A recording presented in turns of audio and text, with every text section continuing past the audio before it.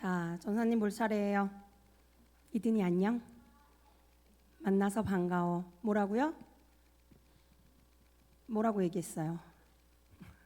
자, 오늘 전도사님이 어떤 이야기를 가지고 시작할 거예요. 자, 어떤 교회에 시집을 못 간 노처녀 전도사가 있었대요.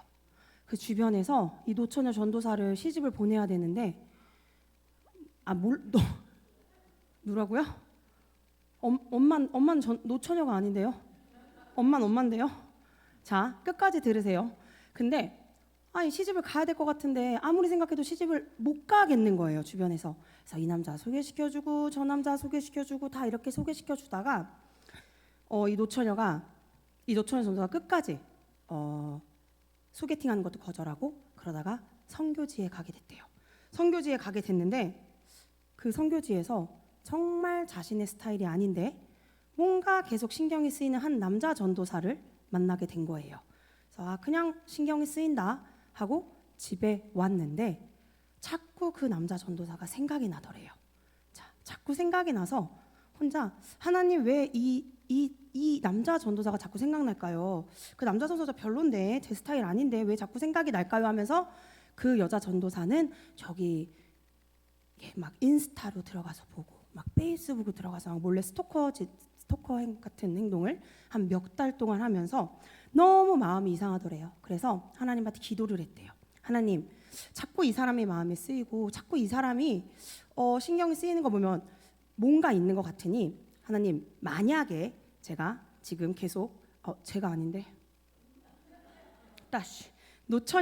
그 노처녀 전도사가 이게 만약에 하나님의 뜻이고 하나님이 결혼할 사람이라면 다음에 만났을 때 그 남자 전도사가 먼저 연락 오게 해달라고 기도를 했대요.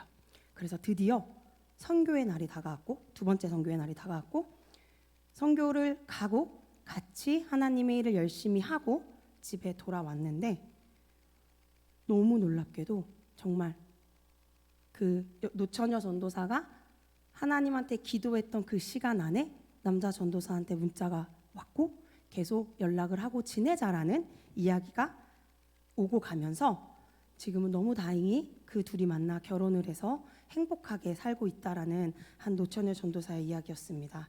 네, 누군지 다 아시겠죠? 맞아요, 저였어요. 정말 하나님의 뜻으로 저희는 결혼을 했고요. 저렇게 T인 줄 모르고 모르고 싶었지만 하나님의 뜻에 순종하며 결혼을 했는데 전사님이 오늘의 말씀을 준비하면서 왜 이게 기억이 났냐면 전사님도 너무 결혼이 하고 싶었었는데 누군지 모르겠는 거예요. 누군지 모르겠고 하나님의 뜻이 뭔지 모르겠고 너무 고민됐던 시절에 기도해서 그 기도의 응답이 이루어진 것을 보면서 그 기억이 생각이 나면서 오늘 이 말씀을 좀 보게 되었어요. 자, 우리 친구들 오늘 말씀 잘 읽었나요? 읽었어요? 누구 말씀이었어요? 누구 말씀이었어요? 창세기 말씀이었어요? 자, 힌트 줬어요. 누구 말씀이었어요? 몰라요. 목사님이랑 말씀 같이 읽을 때 안 읽었나 봐요. 자, 오늘은 믿음의 조상 아브라함에 대한 이야기예요. 아니죠? 아브라함의 아들 이삭의 신부감을 찾아가는 이야기였어요. 친구들, 아브라함은 자신이 가장 아끼는 나이 많은 종을 불러다가 내가 제일 사랑하는 아들 이삭의 신부감을 찾으러 오라고 부탁했어요. 근데 어디서 찾아오라 그랬어요? 말씀 한번 보시죠. 창세기 24장 말씀 한번 봐서 찾아주세요. 어디서 찾아오라 그랬어요?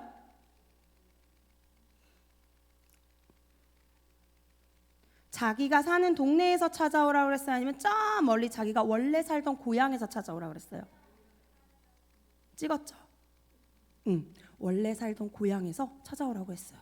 그랬더니 종이 너무 걱정되는 거예요. 그 멀리 갔는데, 먼 곳까지 갔는데, 자, 당신은 이삭과 결혼해야 됩니다 라고 이야기했을 때 이 종을 안 따라오면 어떻게 할까? 너무 걱정됐어요. 그랬더니 아브라함이 뭐라고 했냐면 괜찮아. 이미 하나님의 사자가 그곳에 가서 이삭의 아내감을 점 찍어놨으니 너는 바로 알 수 있을 거라고 이야기했어요. 근데 그래도 이 아브라함의 종은 그 말씀을 붙들고 자신 있게 갈 수 있었을까요?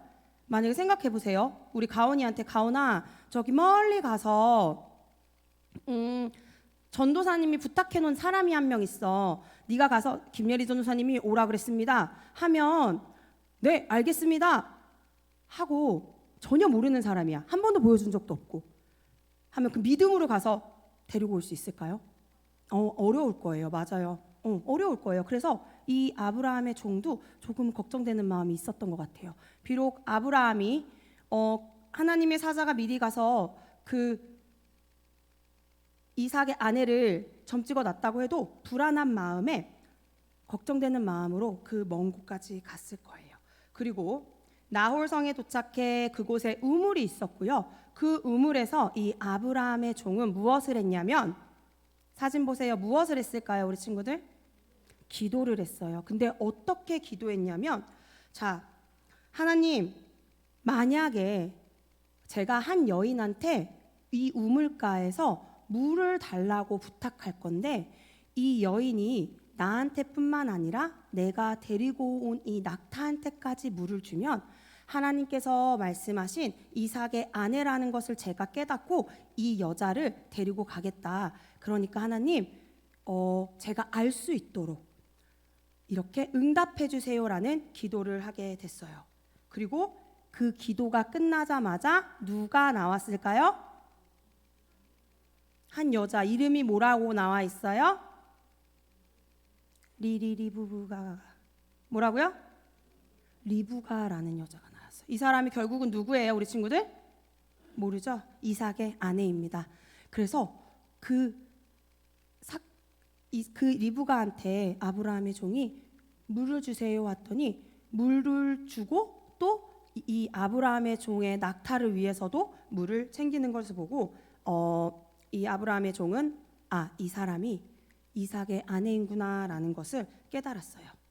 자, 친구들, 전도사님은 우리 친구들이 오늘 이 아브라함의 종의 기도를 잘 기억했으면 좋겠어요.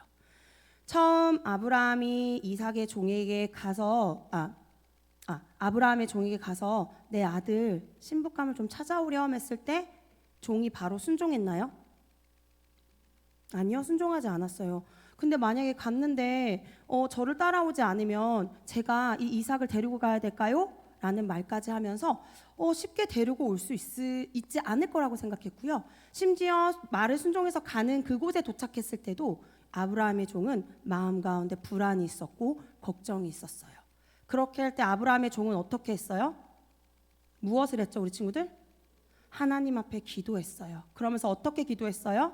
하나님, 제가 그 하나님의 뜻을 알 수 있게 해달라고 굉장히 어떻게 보면 스페시픽하게 되게 디테일하게 한 상황을 두고 기도를 했어요.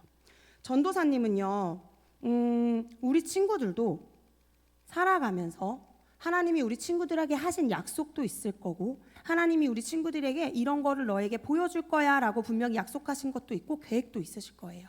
근데 살아가다 보면 그 계획들이 어렵고 힘들고 내가 알지 못할 때, 그럴 때 우리 친구들 마음에 뭐가 들죠?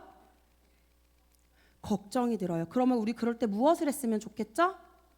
하나님 앞에 이 아브라함의 종이 무릎 꿇고 기도한 것처럼 기도하는 우리 친구들이 되었으면 좋겠어요. 전도사님도 아직도 이렇게 어른이지만 불안하고 걱정될 때가 참 많아요. 그럴 때마다 하나님 앞에 기도하니까 우리 친구들도 그렇고 걱정하고 불안이 앞설 때 이 아브라함의 종처럼 하나님 앞에 기도하고 하나님의 뜻을 알아가며 살아갈 수 있는 우리 동원교회 친구들이 되었으면 좋겠습니다. 그렇게 할 수 있는 친구들은 아멘. 믿음으로 환대하는 삶 시리즈를 설교하고 있습니다. 우리 첫 시간 아브라함의 환대에 대해서 말씀을 전했죠. 나그네를 환대하다가 하나님과 천사를 대접한 아브라함, 그리고 지난주는 사르밧 과부의 환대입니다. 선지자를 환대했더니 하나님께서 가련한 그 과부와 그의 아들을 환대해 주셨습니다. 오늘은 리브가의 환대에 대해서 말씀을 전하겠습니다. 믿음의 조상 아브라함에게 고민이 하나 있었습니다. 100세에 낳은 아들 이삭이 나이가 40세가 다 돼 갔는데 결혼을 못 하는 거예요. 아버지는 100세에 낳았으니까 140세고요. 외아들은 40세인데 아직 결혼을 못했습니다. 요즘 우리 시대랑 비슷한 고민을 아브라함도 하고 있었던 것이죠. 오늘 본문 2절에서 4절에 보면 어느 날 아브라함이 그 집에서 가장 나이 많고 신실하고 충성된 종 다메섹 출신의 엘리에셀을 불러서 아들의 배우자를 찾아오라고 부탁합니다. 히브리어로 남자나 여자의 배필을 찾는 것을 휘드크라고 합니다. 중매입니다. 중매. 그러니까 아브라함이 자신의 아들을 위하여 배우자를 찾아오라고 휘드크를 부탁을 하는 겁니다. 종에게 중매를 부탁을 하는 거죠. 참고로 이스라엘은 이 휘드크가 공동체의 가장 중요한 사명 중에 하나입니다. 중매가 공동체에서 가장 중요한 일 중에 하나라는 거예요. 그래서 모든 사람들은 중매하는 일에 눈과 귀를 열고 있어야 한다라고 규정하고 있습니다. 심지어 랍비들은 휘드크를 목적으로 노트에 그 공동체에 소속된 젊은이들의 신상을 적어두고 다닐 정도라고 합니다.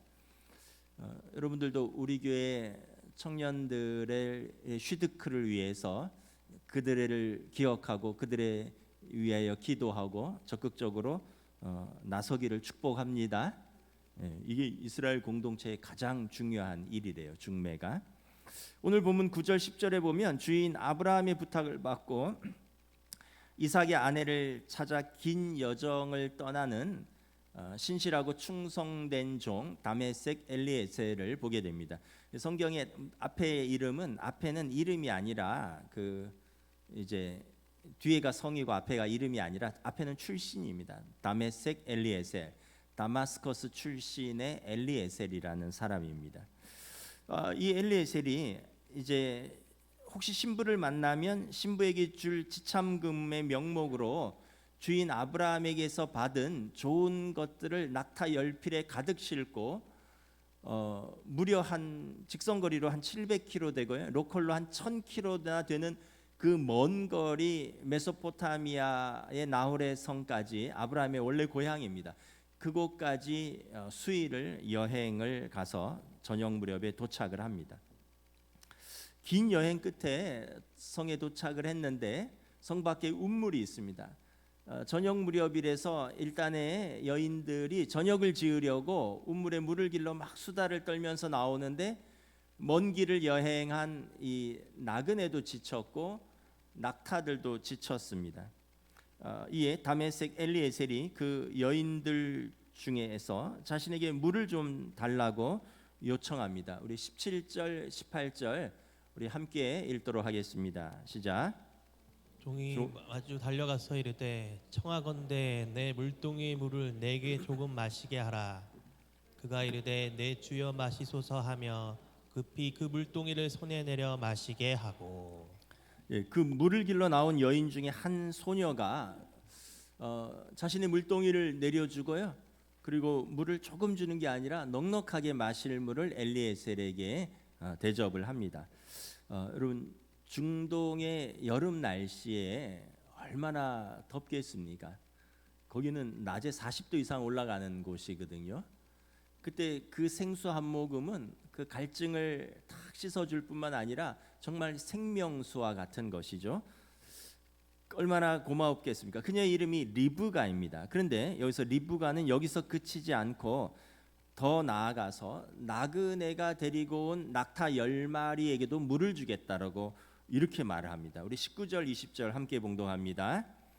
당신의 낙타를 위하여서도 물을 길어 그것들로 배불리 마시게 하리이다 하고 급히 물동이에 물을 구해 붓고 다시 기르려고 우물로 달려가서 모든 낙타를 위하여 깃는지라. 사람에게만 주는 게 아니라 내가 낙타에게도 주는데 낙타 한 마리가 아니라 낙타 10마리가 모두 배불리 마시도록 하겠다는 거예요. 그리고는 물동이를 들고 내려놓고는 막 이제 우물가로 달려가서 물을 깃기 시작하는 거예요. 여러분 낙타는 사막을 지나는 동물입니다. 등치도 엄청나게 크고요. 낙타가 제가 좀 조사해 봤더니 무게가 100kg에서 200kg 되는 짐을 지고요. 저건 낙타가 아니에요. 조금 이따 보여주세요. 그 낙타가 무게가 100kg에서 200kg가 되는 이 짐을 지고 시간당 4km로 12시간 이상을 쉬지 않고 걸을 수 있는 동물이래요.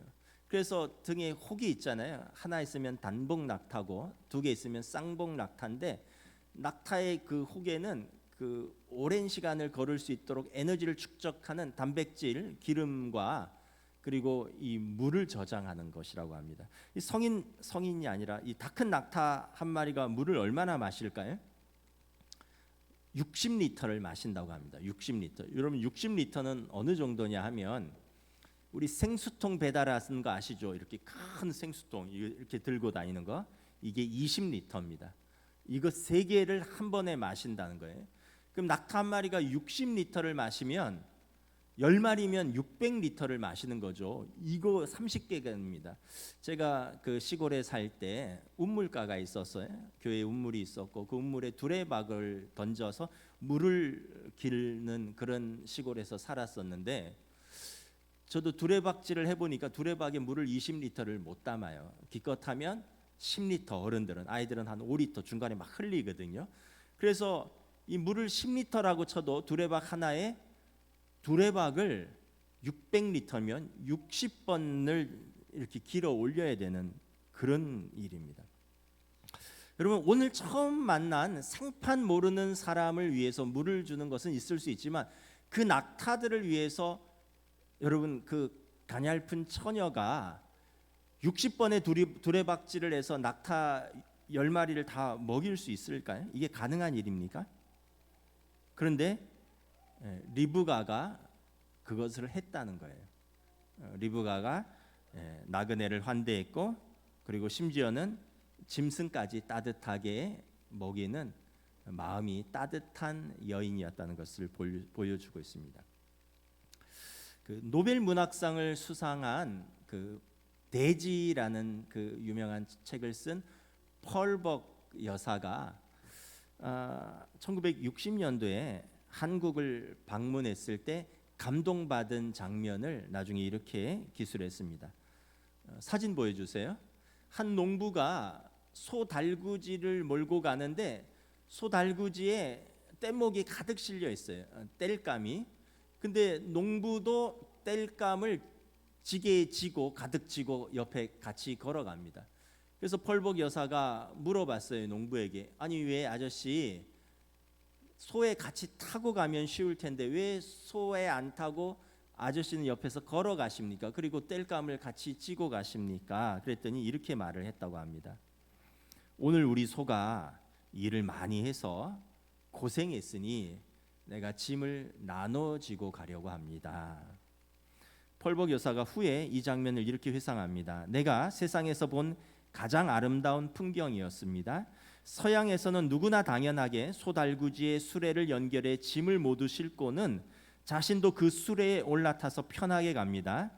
그러나 한국의 그 아름다운 농부는 소의 짐을 덜어주기 위해 자신의 등에 짐을 지고 소와 함께 걸어가는 모습을 보고 큰 감명을 받았습니다. 대한민국은 가난하지만 고상한 한국인이 살고 있는 보석 같은 나라입니다. 여러분 우리나라는 이렇게 착한 심성을 가진 국민들입니다. 우리는 정치인들만 잘하면 돼요. 지도자들만 잘하면 돼요. 우리 국민 심성은 이렇게 고상하고 착합니다. 다시 본문으로 돌아와서 21절에 보면 다메섹 엘리에셀은 리브가가 이렇게 열심히 물을 길어서 낙타를 먹이는 것을 묵묵히 보고 있습니다. 그리고 23절에서 25절에 이제 물을 자신의 낙타들이 다 마신 후에 엘리에셀이 리브가에게 묻습니다. 내 아버지 집에 우리가 묵을 유숙할 곳이 있느냐? 이르되 우리에게 집과 사료가 족하며 유숙할 곳도 있나이다 하면서 그 나그네와 그 10마리의 낙타를 리브가가 자기 아버지의 집으로 초대를 합니다. 리브가를 이야기할 때 앞에 붙는 단어가 있습니다. 현숙한 여인 리브가입니다. 먼저 리브가의 용모와 인격과 성품을 좀 보면요, 16절에 보면 리브가는 용모가 심히 아리답고 현숙한 여인이라라고 성경에서 말씀하고 있습니다.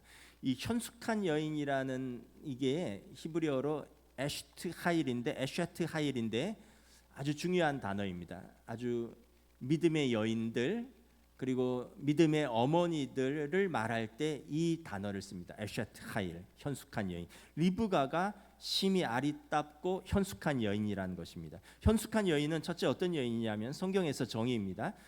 하나님을 경외하는 여인입니다. 우리 잠언 31장 30절 함께 봉독합니다. 고운 것도 거짓되고 아름다운 것도 헛되나 오직 여호와를 경외하는 여자는 칭찬을 받을 것이라. 여러분 고운 것 아름답고 이런 게 뭐 진짜 헛되다기보다는 이게 세월이 지나면 다 후패하는 것입니다. 세월이 지나면 육신은 쇠하고 주름이 지고요. 이것을 감출 수가 없어요. 그러나 여러분 오직 여호와를 경외하는 여인은 칭찬을 받을 것이라. 이 여인이 현숙한 여인입니다. 두 번째는 현숙한 여인은 외모보다 내면을 더 아름답게 가꾸는 여인입니다. 베드로전서 3장 3절에서 4절 함께 봉독합니다. 여러분은 머리를 꾸미며 금붙이를 달거나 옷을 차려 입거나 하는 거치장을 하지 말고 썩지 아니하는 온유하고 정숙한 마음으로 속 사람을 단장하도록 하십시오. 그것이 하나님 보시기에 값진 것입니다. 외면도 중요하지만 더 중요한 것은 온유하고 정숙한 마음으로 속 사람을 단장하는 것이다라는 것입니다. 그러니까 리브가는 외모가 아리따울 뿐만 아니라 하나님을 경외하고 그리고 외모보다 내면을 더 가꾼 그런 성숙한 여인 에쉐트 하일이었습니다. 이 리브가의 그러면 언어는 어떨까요? 외모와 인격과 성품은 그렇다면 언어는 리브가는 겸손하고 친절하게 말하는 여인입니다. 나를 위하여 물을 조금 달라는 엘리에셀에게 기꺼이 물동이를 내려놓고 물을 주었을 뿐만 아니라 요청하지도 않았는데 내가 낙타 10마리를 다 배불리게 마시게 하겠다라고 먼저 말을 합니다. 같은 말이라도 여러분 참 예쁘게 하고 아름답게 하는 리브가임을 볼 수 있습니다. 성경은 현숙한 여인 에쉐트 하일의 언어에 대해서 이렇게 말합니다. 잠언 31장 26절 함께 봉독합니다. 입을 열어 지혜를 베풀며 그의 혀로 인애의 법을 말하며. 현숙한 여인은 입을 열면 지혜로운 말을 하고요. 인애, 자비로운 말을 한다는 거예요. 입만 열면 톡한 말을 하는 여인들 있잖아요. 얼마나 힘들어요. 같이 살기도 힘들고 같이 일하기도 힘들고. 근데 입을 열면 지혜를 말하고 자비로움을 말한다는 것이에요. 우리 모두에게는 은사가 있습니다. 맞는 말을 기분 나쁘게 하는 은사가 있다고 하죠. 근데 성도는 여러분 맞는 말이라고 해서 기분 나쁘게 하지 마시고 듣는 자들에게 은혜를 끼치도록 말을 해야 됩니다. 그래서 성도에게 합당한 말이 있다라고 말합니다. 에베소서 5장 3절 4절 봉독합니다. 시작. 음행과 온갖 더러운 것과 탐욕은 너희 중에서 그 이름조차도 부르지 말라. 이는 성도에게 마땅한 바니라. 누추함과 어리석은 말이나 희롱의 말이 마땅치 아니하니 오히려 감사하는 말을 하라. 여러분 욕하고 음담패설하고 누구 흉보고 시기 질투하고 이런 말은 성도에게 마땅치 않다는 거예요. 이건 누추하고 어리석은 말이라는 것입니다. 성도는 감사하는 말을 하라는 것입니다. 여러분 음행과 욕설과 음담패설과 시기 질투하는 말과 탐욕스러운 말은 노력하지 않아도 할 수 있습니다. 이거는 그냥 본능적인 것입니다. 감정에 충실하고 본능에 충실하면 누구나 할 수 있는 말이에요. 그러나 감사하는 말은 여러분 내 안에 계신 성령님을 통하여 이 육의 사람, 이 본능을 절제하기 때문에 감사하는 말을 할 수 있는 것입니다. 성령의 인도하심을 받는 말인 것입니다. 우리말에 말 한마디로 천냥빚을 갚는다 이런 말이 있잖아요. 말이 사람을 살리기도 하고 죽이기도 한다는 뜻이죠. 그 TV에서 유퀴즈라고 하는 그 유퀴즈 언더 블럭이라는 유재석 조재호 씨가 진행하는 프로그램 있잖아요. 거기에 그 박재현 인간연구소 소장이 출연을 했습니다. 제가 그 프로그램을 잠깐 봤는데 아주 재밌게 봤어요. 이 박 소장이 어느 회사의 조직 내에 그 대화법 강의를 갔다고 합니다. 근데 이제 요 조직의 그 한 임원이자 팀장이 머리는 굉장히 비상한 사람이래요. 회사의 에이스래요. 그런데 이 사람이 굉장히 다른 사람들에게 대해서 시니컬하고 불만이 많고 그냥 자기 말고는 팀원들이 다 마음에 들지 않는 거예요. 그냥 시킨 대로 하기나 하라고. 그러면서 팀원들에 대해 불만이 가득한 거예요. 그래서 강사가 이 조직 내에서 대화법이니까 밑에 있는 수십 명의 팀원들이 있는데 칭찬할 만한 사람이 한 사람이라도 있습니까? 그러니까 바로 대답하더래요. 없어요. 이러더래요. 그럼 가족 중에는 좀 칭찬할 만한 사람이 있나요? 했더니 가족 중에도 없어요. 다 마음에 안 들어요. 이러더래요. 그래서 그러면 혹시 자녀가 어렸을 때도 칭찬할 때가 없었어요? 이랬더니 그분이 좀 생각해 보더니 어렸을 때는 칭찬할 때가 있었네요. 이러면서 아이가 어렸을 때 유치원 다닐 때 아빠가 막 일하고 피곤해서 퇴근해서 아파트 초인종을 탁 누르면 딸이 6살 된 딸이 막 달려 나와서 아빠한테 안기고 반겨준다는 거예요. 그럼 그 딸을 데리고 다시 나가서 그 마트에서 아이스크림을 사서 먹으면서 돌아오다가 아파트 앞에 놀이터에 그네를 이렇게 밀어주고 같이 그네를 탔던 그 기억이 있는데 그때 생각해 보면 애가 너무 예뻤고 애가 나를 너무 행복하게 해줬다는 거예요. 그래서 강사가 지금 카톡을 열고 따님에게 그 이야기를 써서 보내세요. 그리고 이제 아빠가 그 딸에게 그 카톡을 써서 보냈는데 3초 만에 일이 사라졌어요. 그러니까 딸이 바로 카톡을 읽었다는 거예요. 근데 그 강의 세션이 끝날 때까지 몇 시간이 더 걸리는데 끝날 때까지도 딸이 답변을 하지 않는 거예요. 강의가 끝나자 그 민망한 그 임원이 강사에게 와서 이렇게 핀잔을 줬대요. 기분 나쁘다고. 남의 조직에 와서 조직 강의나 하면 되지 조직 사례나 다루지 당신의 뭔데 남의 가정사까지 다루느냐 그러면서 핀잔을 주고 기분 나쁘게 이야기를 하고 돌아갔습니다. 그렇게 몇 달이 지나고 어느 날 그 임원이 그 박재현 소장 연구실에 찾아왔대요.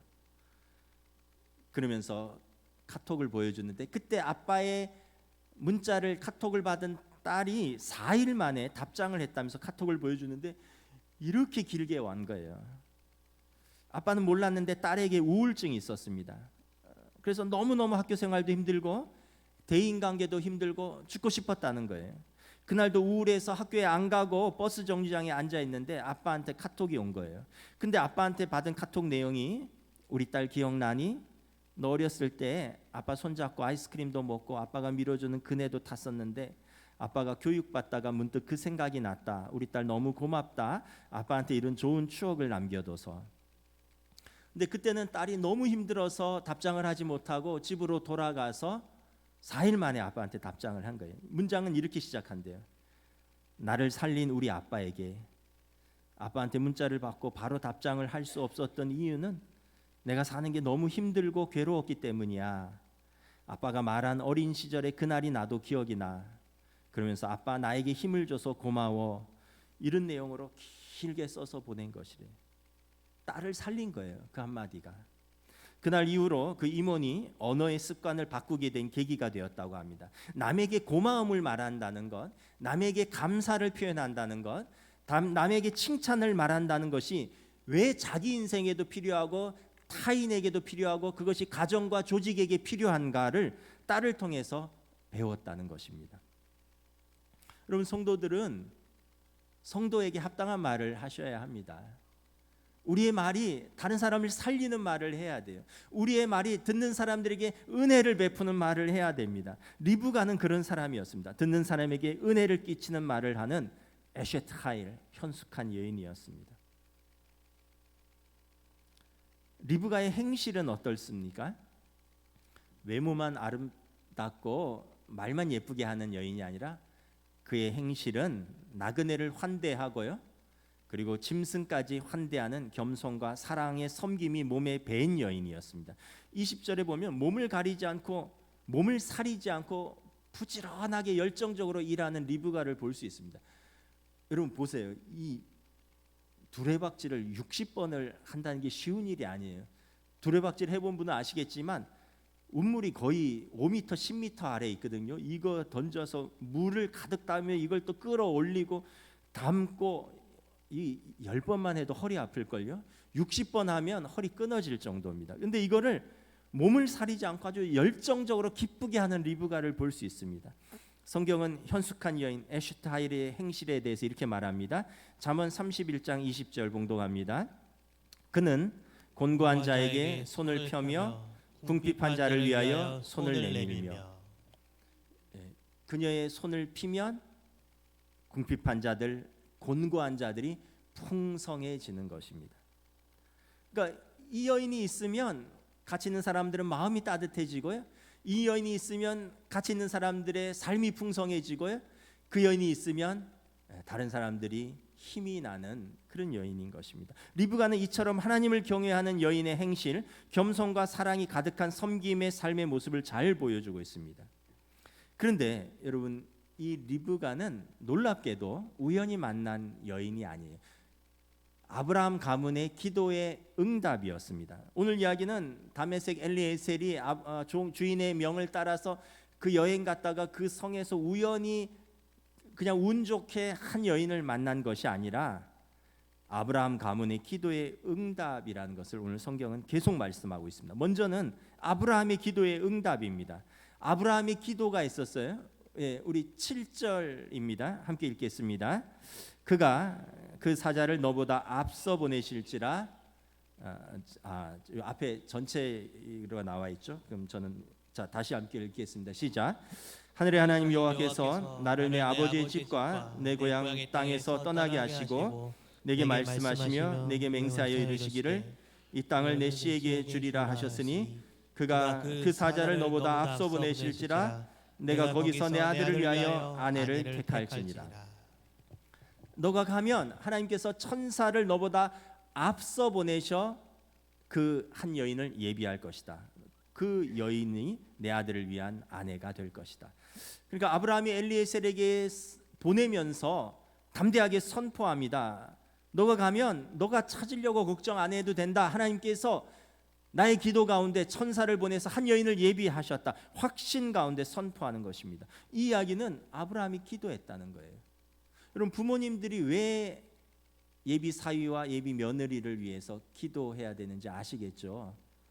너희들 좋으니 그냥 결혼해라. 아빠 엄마 돈 대줄게. 이게 아니라 그들의 인격과 성품과 믿음과 그 모든 것을 위해서 여러분 기도로 해야 되는 것입니다.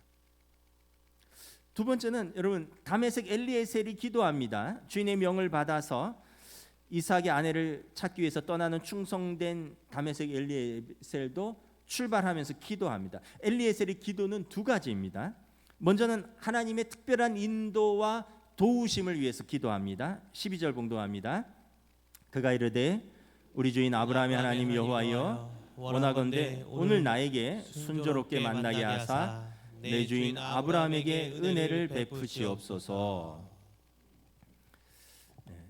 순조롭게 내 주인 아브라함에게 은혜를 베풀어 만나게 하시옵소서. 두 번째 엘리에셀의 기도는 뭐냐면 장차 아브라함 가문의 안주인이 될 그 여인이 그 인격과 성품과 그 씀씀이가 자비롭고 친절하고 넉넉하고 풍성한 사람이 되기를 위해서 기도합니다. 14절 봉독합니다. 한 소녀에게 이르기를 청하건대 너는 물동이를 기울여 나로 마시게 하라 하리니 그의 대답이 마시라 내가 당신의 낙타에게도 마시게 하리라 하면 그는 주께서 주의 종 이삭을 위하여 정하신 자라. 이로 말미암아 주께서 내 주인에게 은혜 베푸심을 내가 알겠나이다. 엘리에셀이 그 여인에게 나를 위해서 물을 달라고 했지 나의 낙타를 위해서는 물을 달라고 하지 않았어요. 그런데 기도할 때는 나뿐만 아니라 내 낙타를 위해서도 물을 줄 수 있는 그런 넉넉하고 풍성한 여인을 허락하여 주시옵소서 기도한 거예요. 왜냐하면 창세기를 읽어보면 이때 아브라함은 이미 족장이 되었습니다. 수가 많아졌어요. 조카 롯이 이제 포로로 잡혔는데 조카 롯을 구하기 위해서 싸움에 나가는 남자 종 314명을 거느리고 나가서 싸웁니다. 그러니까 그 집에는 싸울 만한 남자 종만 314명이라는 거예요. 그럼 여자 종들, 그들의 가족들까지 포함하면 어마어마한 많은 한 부족을 이루고 있다는 것을 알 수가 있는 거죠. 그런데 여러분, 이 대가족의 안주인이, 이제 사라가 죽으면 리브가가 안주인이 되는데, 그 안주인이 넉넉하고 풍성하고 자비로운 사람이냐, 아니면 인색하고 야박하고 모진 사람이 들어오느냐, 어떤 여인이 안주인으로 들어오느냐에 따라서 이 집안 모든 사람들, 종들까지 삶이 바뀌는 거예요. 그래서 다메섹 엘리에셀이 자기의 삶을 위해서도 기도하는 그 안주인이 좋은 안주인, 인품과 또 성격과 또 그의 어떤 모든 것이 넉넉하고 풍성한 좋은 사람이 들어올 수 있도록 간절히 기도했던 것입니다. 또 세 번째는 당사자 이삭이 기도합니다. 창세기 24장 63절 말씀 함께 봉독합니다. 이삭이 저물 때 나가 묵상하다가 눈을 들어보매 낙타들이 오는지라. 자, 묵상하다가, 기도하다가, 이삭도 평소 기도하는 사람이었다는 것을 알 수 있어요. 믿음의 아버지의 아들이니까요. 그리고 자기 배우자를 찾으러 떠난 그 일행이 돌아오기까지 그도 들에서 묵상, 기도하다가 눈을 들어보니 낙타들이 돌아오고 있는 것입니다. 리브가를 데리고. 다시 말하면, 한마디로 말하면 리브가는 아브라함 가문의 기도의 응답이었던 것입니다. 여러분, 우리 청년들, 이것이 여러분들이 배우자를 위해서 기도해야 되는 이유인 것입니다. 우리 교회가 성경 공부하는 토라 클럽의 그 설립자 마이클 보아스라는 분이 있는데, 그분이 교제에서 자기 부모님에 대해서 이렇게 간증했습니다. 나의 아버지는 그가 9살이 되었을 때 불행한 결혼 생활을 하는 여러 가정을 보면서 고민했다. 9살에 그런 주변에 그걸 보면서 고민했다는 거죠. 그는 자신이 과연 어떤 여자와 결혼하게 될지에 대해서 걱정했다. 그는 하나님이 자신을 위해서 좋은 아내를 주실 것을 기도했고, 자신의 아내가 될 여자를 위해서 결혼할 때까지 계속 기도했다.